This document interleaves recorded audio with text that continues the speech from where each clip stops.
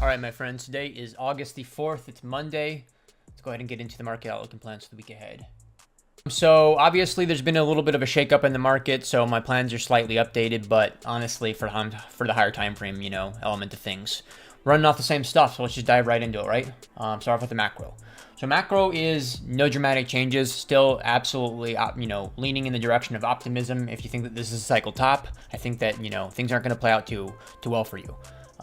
There's been a lot of, yo guys, hit that like and subscribe button for me. Appreciate it. Negative sentiment around this move because of the whole kind of sideline Sally dilemma that many people were stuck in. And, if you were stuck in that scenario, right, you need to be looking at this as optimistic, right?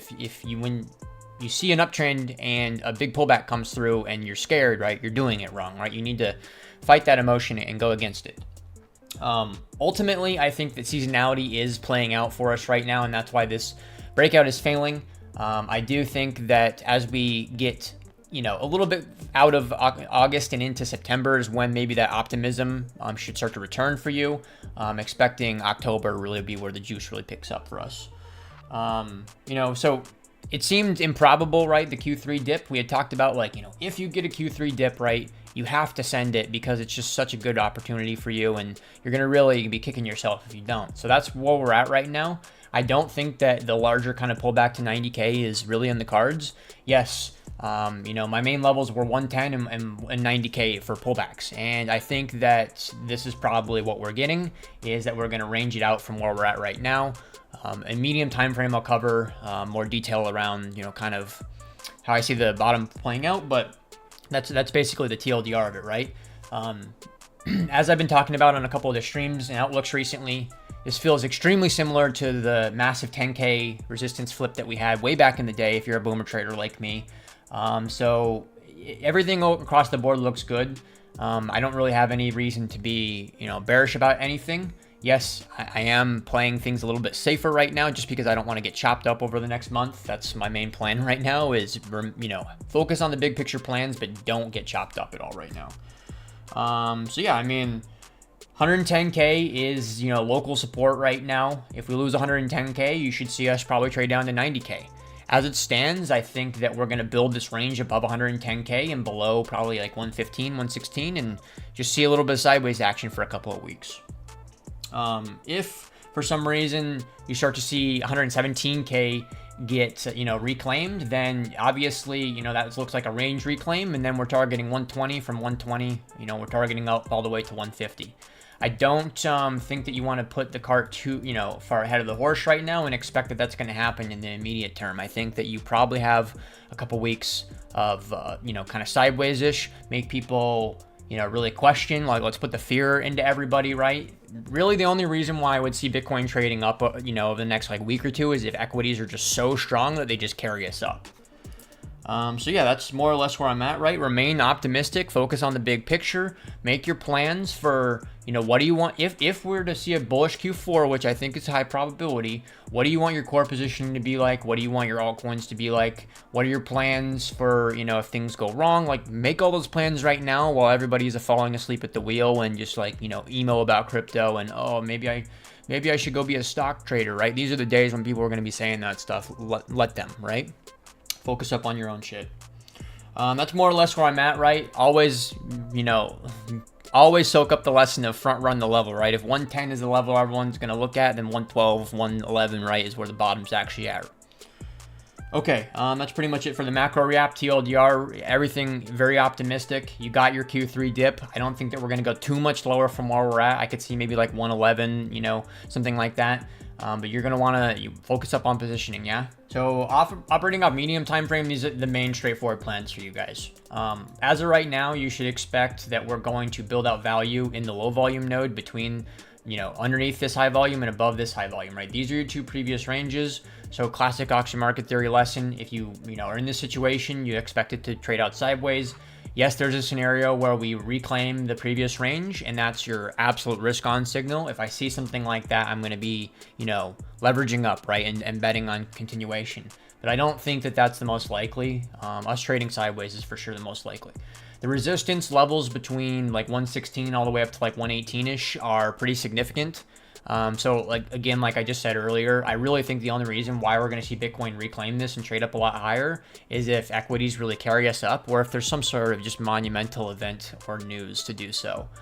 So definitely expecting sideways before upwards continuation, mostly on medium time frame.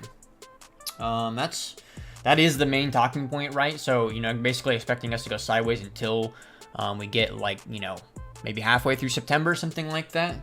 Just generally follows the seasonality script pretty well. Structure is pretty weak on medium time frame right now, so that's why we want to see either the reclaim or the range, right? Those are the only reasons to start to get optimistic. The likelihood of it just V recovering, it's possible, and that would be what doodle number 2. But don't get ahead of yourself on this one, right? Definitely expecting the sideways. So that's really it. I didn't have a ton of medium time frame stuff to discuss, right? Don't get chopped up and focus on the big picture. I think that we'll probably have pretty decent intraday trading environments. So if you want to actively trade a lot, just day trade. And I wouldn't be focused on the medium time frame too much right now. From an execution standpoint, just keeping an eye on this, and expecting this to play out like we did earlier in this year, where we built out one of these ranges between the 2 ranges. Altcoins, a little bit of altcoin yappage. So on altcoins, pretty straightforward for me. I'm very, very light on altcoins. Yes, like I said earlier, I have a tiny bit of meme coin exposure in layer 1 stuff like Solana.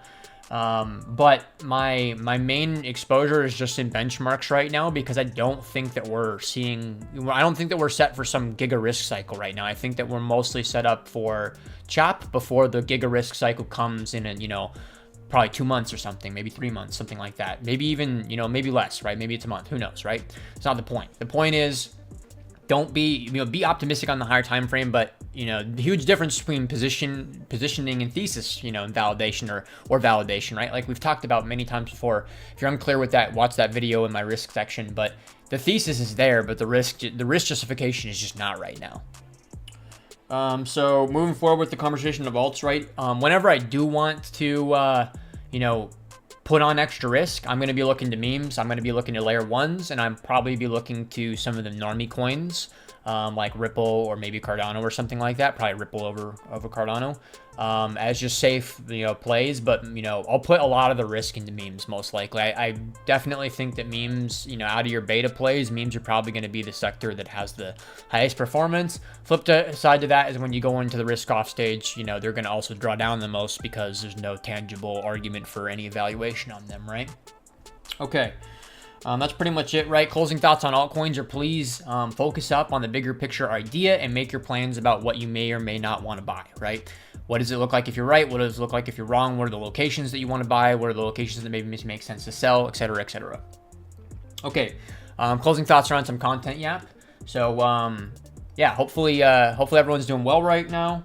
As far as content goes, keep an eye out for any sort of outlooks, analysis. Doc has really inspired me recently to post more in my analysis section, because he just is going hard in the paint in his, and it makes me want, keep an eye out in my analysis section. Hopefully I can muster the enthusiasm to post in there a lot. Also, I'm working on some education for you guys. Keep an eye out for that. Working on with Lear to get everything edited up and clean for you. But yeah, that's pretty much it though. As far as content goes, any sort of outlooks, analysis, trades, we'll be sharing those with you. Working on some education. But yeah, let me know if you have any feedback, and good luck out there. Cheers, guys.